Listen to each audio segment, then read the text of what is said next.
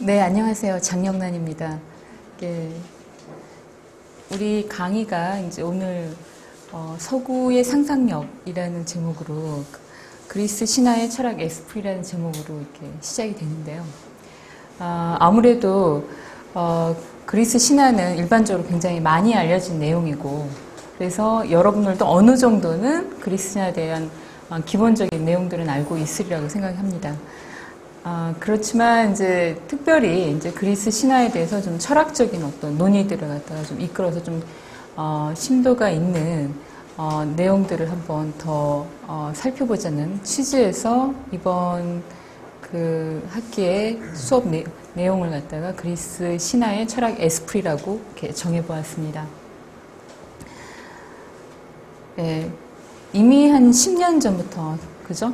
2000년대부터 신화 열풍이 불어닥쳐서 신화에 대해서 굉장히 많은 사람들이 관심을 갖게 되고, 특히 이제 일정 기간이 지난 다음에는 이제 그리스 신화 외에도 그 외 다른 지역의 수많은 지역 신화들이 이제 국내에 소개가 됐고, 그와 더불어서 또 그리스 신화만 말고 그 외에 이제 한국 신화, 그죠? 예, 동아시아 신화들에 대해서도 이제 주목을 하게 되었습니다. 그럼에도 불구하고 여전히 그리스 신화에 대한 관심들은 굉장히 높은데, 왜 그리스 신화가 이렇게, 현대를 사랑하는 우리들에게 이렇게 많은 관심을 받고 있는지 우리가 한번 살펴볼 필요가 있을 것 같아요. 왜 그럴까요, 도대체?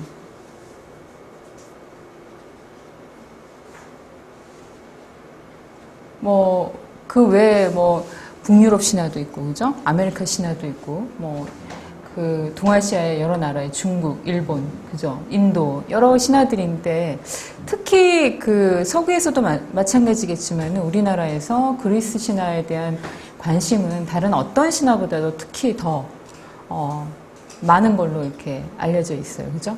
네. 왜 그럴까요?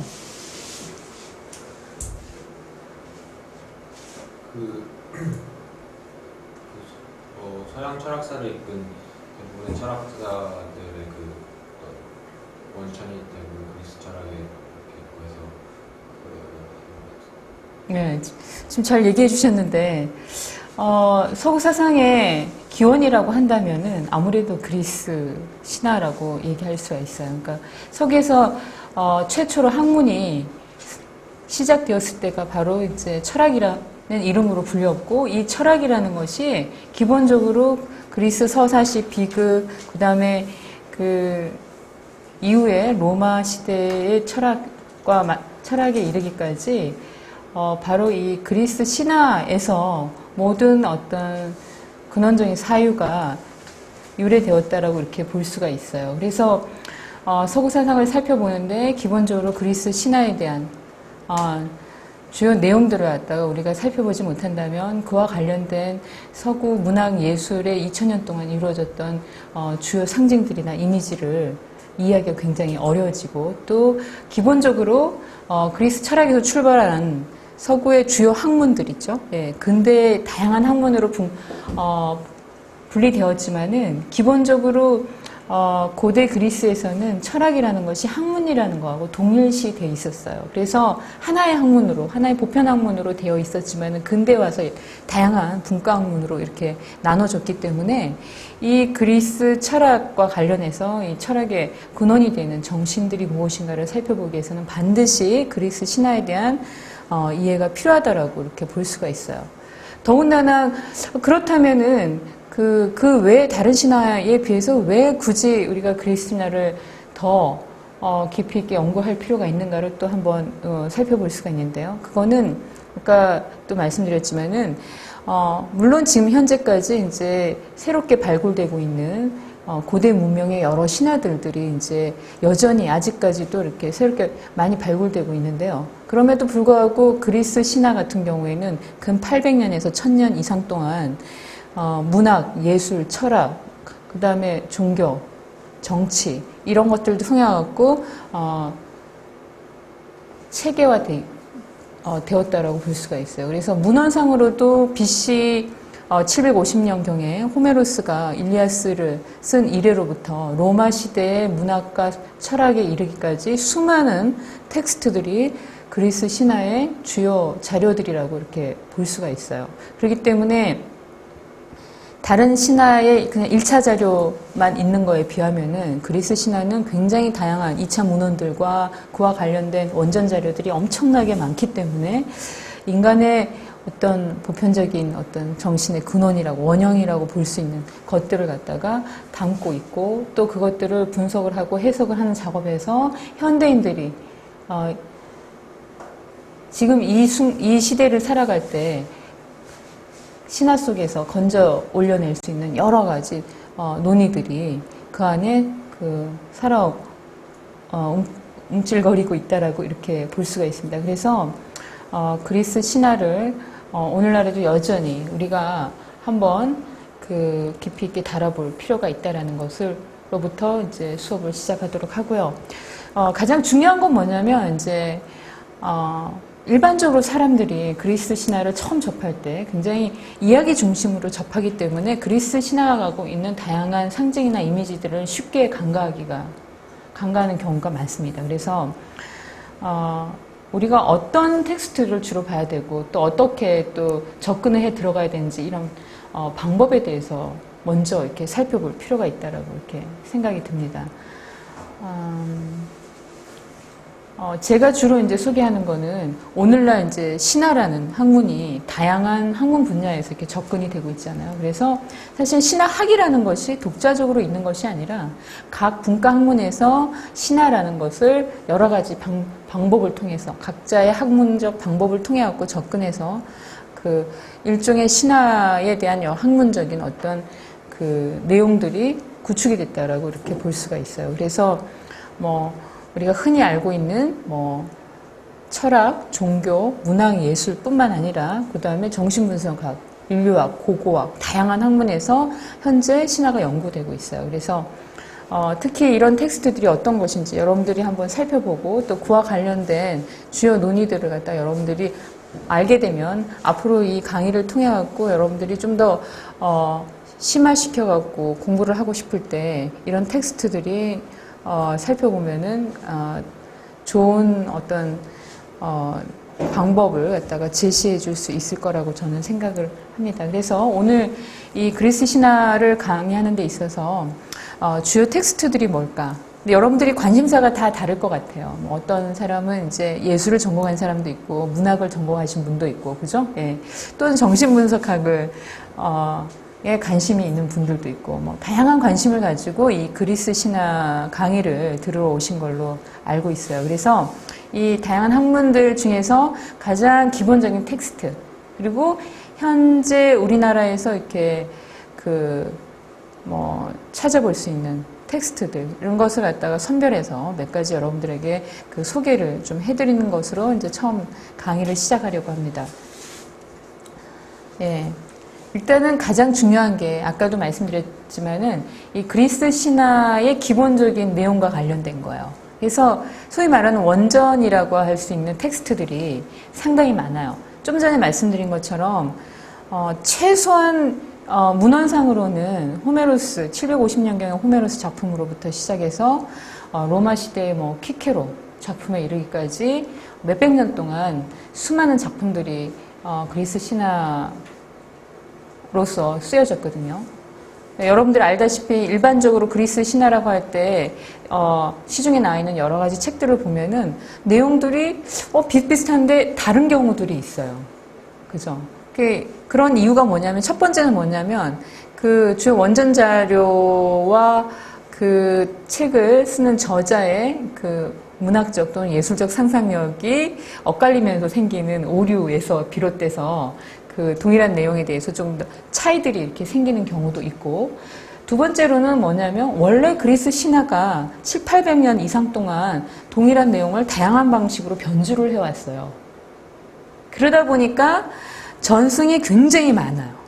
어떤 텍스트에서는 초기 텍스트에서는 호메로스는 이렇게 얘기했는데 뒤에 서정 시인인 핀다로스는 이렇게 얘기하고 또 나중에 철학자인 플라톤으로 가면은 플라톤은 자기가 또 어떤 중요한 철학적인 내용을 얘기하기 위해서 신화를 갖다가 나름대로 재구성해갖고 또 이야기를 하고, 또 로마 시대에 오면 로마인들이 바라보는 그리스 신화는 또 다른 방식으로 로마인의 특유의 어떤 성격이나 민족성이나 이런 것들에 의해서 또 다른 방식으로 이렇게 변형이 돼요.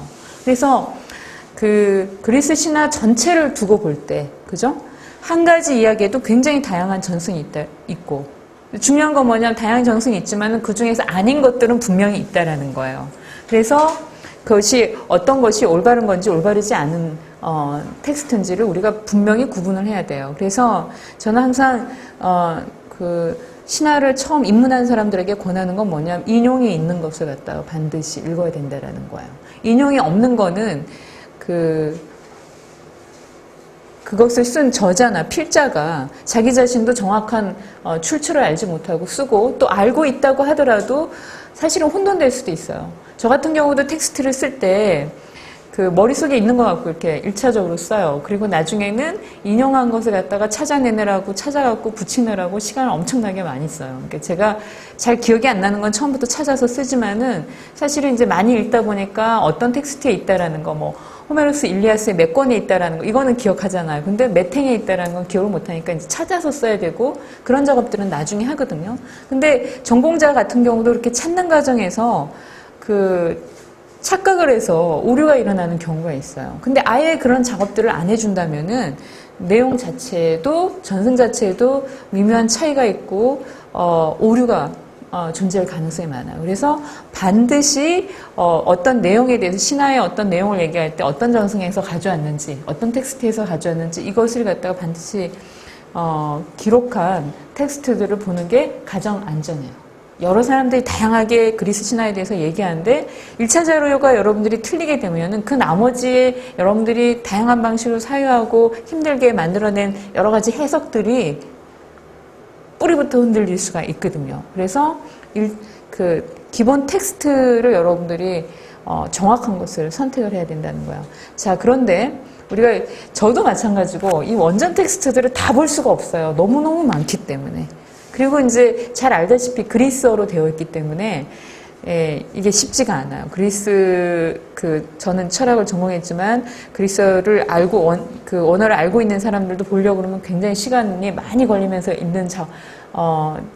읽는데, 그런 시간들을 여러분들이 다 투자해서 그리스 신화에 대해서 이렇게 신화를 이해하고자 할 수는 없거든요. 뭐 아까 말하자면 뭐 다른 전공을 가진 학생들도 있고, 또 다른 어떤 직종에 종사하는 분도 있고, 이렇기 때문에 그나마 그 중에서 가장 여러분들이 읽으면, 원전 텍스트 중에서 읽어서 그리스 신화의 전반을 이해하는데 굉장히 도움이 될 거라고 생각하는 것들을 몇 가지만 추려봤고, 또 국내에 번역된 걸 위주로 해서 이렇게 소개를 해보려고 해요.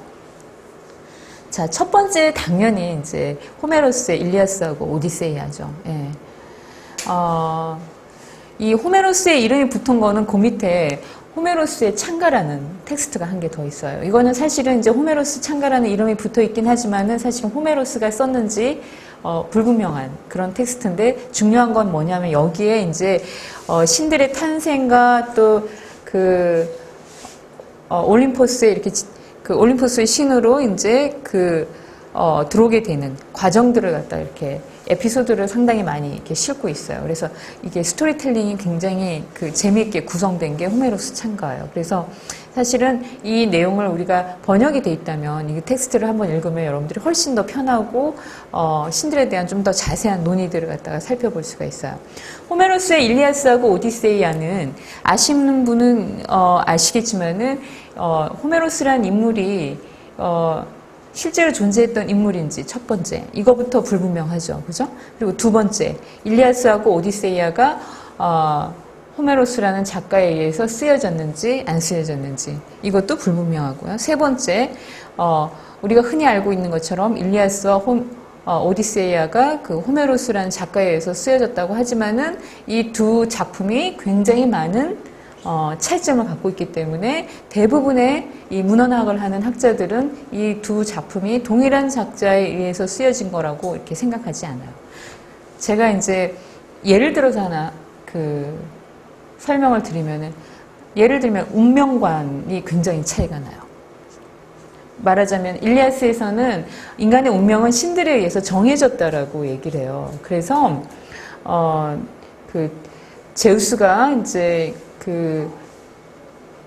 올림포스의 마룻바닥에 두 개의 항아리가 있는데 그 중에 행운과 불운이라는 것을 갖다 모든 인간의 삶에 여러 가지 방식으로 이렇게 섞어서 준다고 얘기를 해요. 그래서 어떤 인간도, 그죠?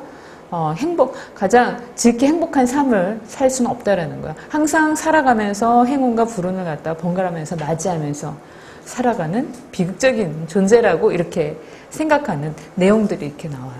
그래서 이 운명이라는 것이 이미 정해져 있고 그것은 이제 신들에 의해서 그렇게 정해져 있다라는 이런 생각들이 일리아스의 후반부에 이렇게 나오는데, 오디세이의 첫 부분 딱 시작하는 부분부터 무슨 얘기가 나오냐면 제우스가 이렇게 불평불만한 얘기가 나와요. 뭘 불평불만을 얘기를 하냐면 아테나 여신이 오디세우스가 너무 오랫동안 방황을 하니까 이것을 갖다가 좀 멈추고 다시 이제 고향으로 돌아갈 수 있도록 도와줘야 되지 않겠느냐라는 식의 이제 얘기를 하면서 이제 흥분해서 제우스한테 얘기하는 장면이 나와요. 그런데 거기에서 제우스가 뭐라고 얘기하냐면, 인간들은 자신의 운명에 있어서의 어떤 불운을 맞이하면 모두 신들의 탓이라고 얘기하는데, 사실은 인간들이 자신의 한계를 넘어서서, 그죠? 예. 흔히 말하는 이제 휘브리스를 범한다라고 해요. 오만을 부려서 결국은 자신의 잘못으로 인해서 자신이 그런 불운을 맞이하게 되는 것이다라고 하는 얘기를 첫 장면부터 시작을 해요. 그래서 이미 운명관에 대해서 일리아스하고 오디세이의 내용이 완전히 달라요. 그리고 이제 일리아스에 나오는 죽음의 세계에 대한 묘사하고 또 오디세이에 나오는 죽음의 세계에 대한 것이 좀 달라요. 그래서 그렇지만 어쨌든 일리아스와 오디세이라는 작품이 남아있고, 이 작품이 어떤 누구의 작품인지 일반적으로 호메로스인지 아닌지 우리가 알 수 없지만은 이미 통용되고 있기 때문에 그냥 호메로스의 일리아스와 오디세이아라고 얘기하고, 또 이게 서로 다른 작자에 의해서 쓰여진 거라고 우리가 염두에 두고 그냥 호메로스, 일반 통상적으로 역사적으로 호메로스의 일리아스와 오디세이아로 얘기됐으니까 이제 이렇게 우리가 받아들이면 되는 거지, 실제 내용이나 이 안에 있는 세계관이나 인간관 가치관, 운명관 이런 것들이 완전히 다르다라는 것을 여러분 염두에 두고 보시면 돼요. 특히 일리아스에 있는 많은 내용들은 그리스 신들의 주요 특징들을 우리가 볼 수 있는 주요한 원천들이 되고 있어요. 그래서 일리아스와 오디세이아를 읽으면은 다른 그러니까 기본적인 개설서를 읽는 것보다도 훨씬 그리스 신화에 대해서 올바르게 이해하는 데 도움이 된다라는 거예요. 여러 텍스트들, 이제 개설서들이 나와 있는데 잘못된 관점으로 이렇게 바라보는 것도 있고 피상적으로 이렇게 분석한 것들도 좀 있을 수 있어요. 가장 중요한 게 뭐냐, 원전 자체를 읽는 것이 여러분들이 이 그리스 신화를 이해하는데 가장 올바른 길이라고 저는 이제 얘기를 드릴 수 있고요. 또 한 가지는 이제 오르페우스 창가라는 그 작품인데, 여러분들 이렇게 그리스 종교를 갖다가 보통 올림푸스 종교라고 얘기하거나 올림푸스 신화라고 얘기하죠. 근데 그리스의 일반적인 종교가 호메로스의 종교라고 불리기도 하는 올림푸스 종교만이 있었던 게 아니라 더 일반적으로 민중들에게 더 많이 이렇게 익숙해졌던 종교가 하나가 있었는데, 그게 뭐냐면 오르페우스 종교였어요. 이 오르페우스 종교는 나중에 피타고라스나 그리스 철학자 중에서 피타고라스나 플라톤이나 이런 철학자들에게 굉장히 많은 영향을 미쳐갖고, 플라톤의 국가편이나 그다음에 피타고라스의 주요 그 단편들에 굉장히 많이 이 오르페우스의 사상들이 들어와 있어요.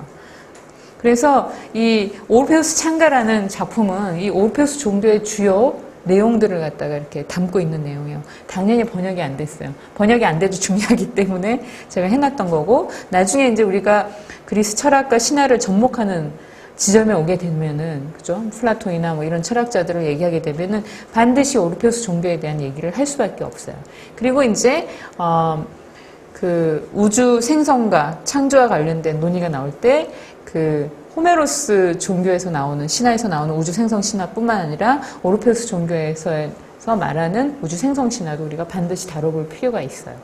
그래야지 그리스 신화의 전반적인 어떤 틀을 갖다가 바라볼 수 있게 되는 거죠.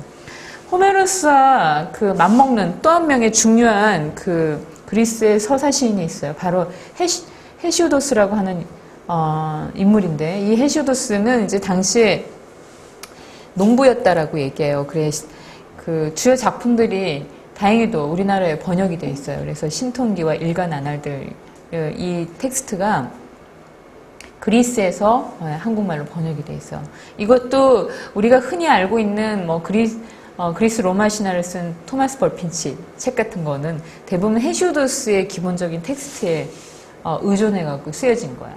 그리고 이제 스토리텔링 같은 경우에는 이제 오비디우스 작품이나 이런 데에서 이제 가져온 것으로 이렇게 볼 수가 있어요.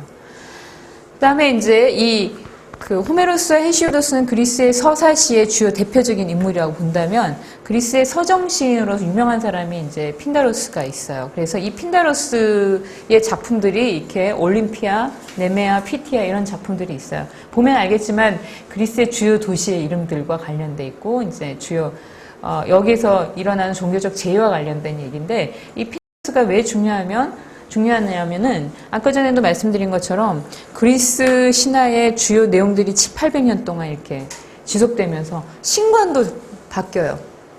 초기 호메로스가 생각했던 신하고, 그다음 핀다로스가 한 100년도 안 지나고 핀다로스가 얘기한 신하고, 그다음에 나중에 비극 작가들이 말하는 신과 플라톤이 얘기하는 신은 다 달라져요. 우리가 일반적으로 그리스 신들은 이렇지라고 생각하는 것들이 있어요. 일반적인 특징들이 있잖아요. 근데 그게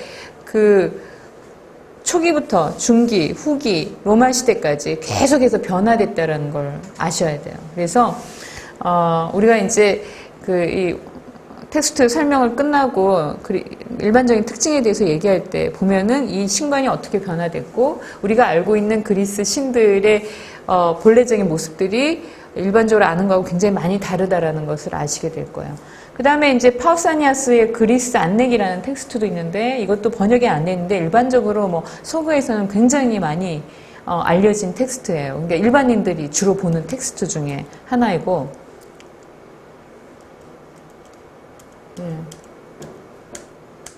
지금 잠시 이게 많이 넘어가 버렸어요. 예. 두 번째로는 이제 제가 국내에 번역이 된 것들인데, 하나는 아폴로니우스의 아르고의 이야기라는 거는 우리나라에 두 가지 번역으로 지금 번역이 돼 있어요. 그리고 아폴로도로스의 원전으로 읽는 그리스 신화, 이 책도 이제 번역이 돼 있어요. 그래서 원래는 굉장히 얇은 책인데 번역을 하시는 분이 줄을 많이 달아갖고 책이 굉장히 두꺼운 것이 됐어요. 그러니까 본론 내용들은 그렇게 많지는 않아요. 근데 처음 그리스 신화 입문한 사람은 그 주가 많은 것도 상당히 도움이 될 수가 있기 때문에, 어쨌든 이 아폴로도로스는 말하자면 그리스 시대의 토마스 벌핀치 정도 된다라고 생각하면 돼요. 굉장히 쉽게 그리스 신들의 그 전에 자기 이전에 그리스 신화에 대한 주요 이야기들이 여러 작품을 통해 갖고 있었던 것을, 주요 이야기들을 간추려서 재밌게 정리한 게 아폴로도로스라고 보면 돼요. 그래서 여러분들이 아마 나는 좀 쉽게 보고 싶다 이러면은 최소한 그 토마스 벌핀치 책보다는 아폴로도로스의 텍스트들을 읽으면은 훨씬 더 인용도 가능하고 정확한 내용들을 갖다가 볼 수가 있다라고 볼 수가 있어요.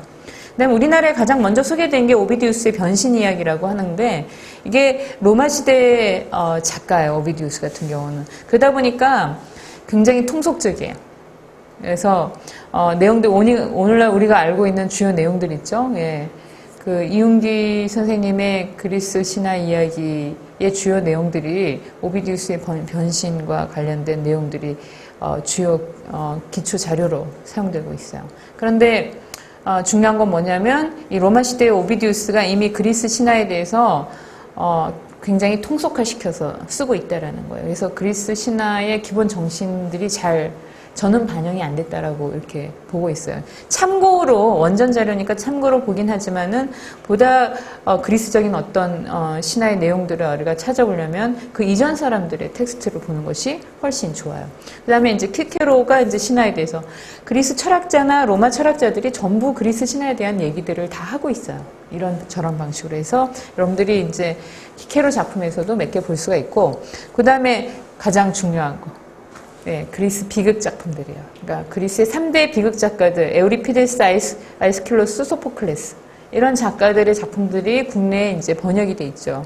그래서 여러분들이, 불과 10년 전에 비해서 현재 막 그리스 신화에 대해서 내가 좀 공부해보고 싶다. 그러면은 상당히 읽을 것들이 굉장히 많아졌다는 거예요.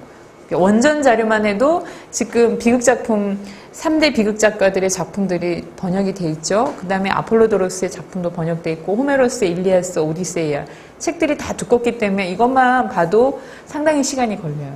그죠? 예, 요 정도 텍스트만 해도 여러분들이 그리스나를 기본적으로 이해하는 데 굉장히 도움이 될 거라고 이렇게 생각이 들어요.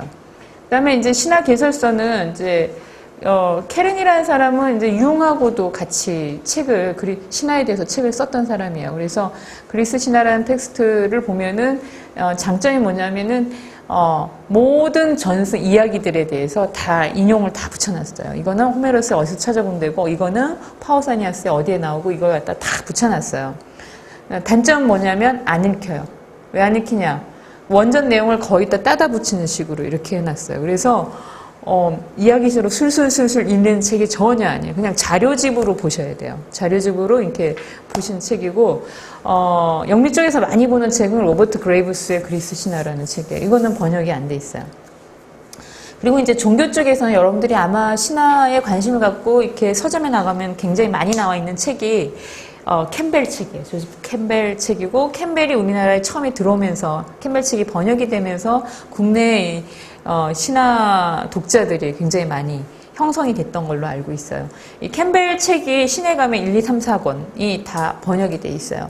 그리고 이제 입문서로는 신화의 세계, 신화의 힘 이런 것들이 국내에서는 가장 많이 읽혔던 책이고, 천의 얼굴을 가진 영웅이라는 작품은 헐리우드나 이런 데서 그 시나리오 작가들이 기본 텍스트로 삼는 책이에요. 그래서 최근에 나온 책 중에 보면은 이제 시나리오 작가들, 그러니까 미국 시나리오 작가들이 원형으로 삼고 있는 영웅 신화의 패턴들 같은 것들을 이 캠벨로부터 가져와서 다양한 영화들이 어떻게 시나리오 작업을 거쳐갖고 영화로 탄생하게 됐는가를 이렇게 소개하는 책들이 국내에 번역돼서 몇 개 나와 있어요.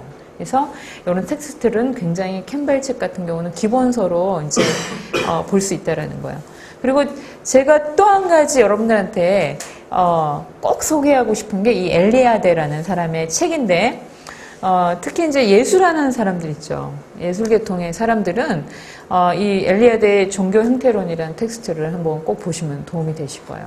이 사람들이 이게 종교 형태론이라서 혹시 신화 형태론이라든가 신화론 이렇게 해놨으면은 엘리아데가 워낙 유명하고 국내 독자들이 많기 때문에 종교학자들이 이 엘리아데의 책을 거의 다 번역해 놨거든요. 근데 이 엘리아데의 종교 형태론은 제가 보기에는 사람들이 별로 이렇게 관심을 갖지 않고 국내에서도 많이 이렇게 팔려나간 책이 아닌 걸로 이렇게 알고 있어요. 근데 문제는 뭐냐면 아까 말한 것처럼 보통 그리스 신화에 대해서 사람들이 관심을 갖는 이유 중에 또 한 가지가 뭐냐면 이 상징 이미지에 관련된 해석을 어떻게 할 것이냐. 그죠? 그런 것들을 작업을 할 때 실제로 문화 콘텐츠와 관련된 여러 가지 작업들을 할 때 그런 요소들을 중간중간 상징이나 이미지들을 이렇게 넣어야 되는데 그것들을 갖다가 정확하게 소개하고 이해할 수 있는 텍스트들이 없어요, 국내에. 그런데 제가 보기에 엘리아데의 종교 형태론이나 그다음에 이미지와 상징은 좀 정말 입문자들을 위해서 쓴 거예요. 그리고 종교 형태론은 굉장히 다양하게 상징들과 이미지에 대해서 썼어요. 제가 보기엔 국내에 번역된 책 중에서 제일 쉬운 상징과 관련된 책이 종교 형태론이에요. 제목만 보고는 그런 내용이 들었을 거라고 생각 안 하죠, 대부분. 그래서 이 텍스트를 간과하기 쉬운데 특별히 상징이나 이미지에 관심이 많은 사람들은 종교 형태론을 보시는 게 굉장히 도움이 돼요. 그리고 그 다음에 세계 종교 사상사 1, 2, 3권 같은 경우도 종교 사상사 이래서 또 이것도 사람들이 별로 안 봐요. 근데 제가 영상대학원이나 이런 데서 수업할 때 이 교재를 1, 2권 정도는 쓰거든요. 근데 1권, 2권 같은 경우 쓰면은 상당히 아까 종교 형태론과 마찬가지로 이렇게 상징에 관한 얘기라든가 뭐 이런 것들이 그 역사를 통해서 어떻게 이렇게 변형돼서 드러나고 있는지 이런 것들을 볼 수 있는 중요한 자료들이 많이 들어있어요. 예, 좀 읽기는 어려울 수도 있지만은 생각보다도 종교 형태론 같은 경우는 그 책이 굉장히 두껍지만 여러분들이 충분히 소화할 수 있고 굉장히 재밌는 내용이에요. 저도 상징과 이미지에 관한 얘기들은 한번 정리를 해서 예, 이게 굉장히 복잡하고 어렵기 때문에 한번 정리를 해갖고 이렇게 그 수업을 할 생각을 해요. 그 다음에 이제 철학 쪽에서는 예, 플라톤, 특히 이제 소크라테스 플라톤이 이 그리스 신화에 대한 논의들을 굉장히 많이 해요. 플라톤 같은 경우에는 지금 이제 우리에게 알려진 뭐 국가편이라든가 향연, 파이드로스, 프로타고라스, 정치가 당에도 이 책들이 모두 국내에 번역이 되어 있어요. 여기에 보면은 철학의 주요 내용들을 얘기하면서 그 사람들에게 그 플라톤이 여러 가지 철학적 내용들을 갖다가 쉽게 설명하기 위해서 많이 사용하는 게 일반적인 다른 뭐 성인이나 현인들도 많이 사용하는 방법인데 비유나 상징, 은유, 그다음에 신화들을 많이 써요. 플라톤 같은 경우도 이제 중요한 얘기, 뭐 죽음에 대해서 얘기하는데 죽음 이후에 대해서 얘기 안 하면 조금 뭐가 빠진 것 같잖아요. 근데 현대 철학자들은 논증되지 않는 거는 안 쓰거든요. 근데 플라톤 같은 경우에는 신화 형식으로 해서 죽음 이후가 어떨 것인가에 대해서 이런 논의들을 이렇게 끌고 들어와요. 그리고 사랑도 신화, 당시에 그리스인들이 얘기하는 사랑의 신에 관한 신화적 내용들을 다양하게 이렇게 만들어갖고 이제 얘기를 한다든가, 그 파이드로스 편에도 굉장히 재밌는 그 영혼에 관한 신화들 이런 것들이 이렇게 등장하고, 프로타고라스에도 이제 정치 신화에 관한 얘기들이 이렇게 나와요. 그래서 여기에도 플라톤이 이 여러 텍스트에서 얘기해 놓은 이 신화들도 그리스 신화의 주요 내용에 들어간다라는 거예요. 중요한 거는. 네, 그래서 여러분들이 관심을 갖고 한번 살펴보면 도움이 되실 것 같아요. 그리고 제가 이제 우리 주제하고 연관돼서 나올 때면 여기에 나오는 신화 내용을 조금씩 여러분들한테 소개를 해드릴게요. 그 다음에 이제 콤포드의 책이나 브루노 스넬 책 같은 경우는 국내에 번역이 되어 있어요. 이것도 굉장히 좋은 책이고, 또 한 가지 제가 굉장히 유용하다라고 생각하는 게 베르낭이라는 사람이 쓴 그리스 신화와 사상이라는 책이에요.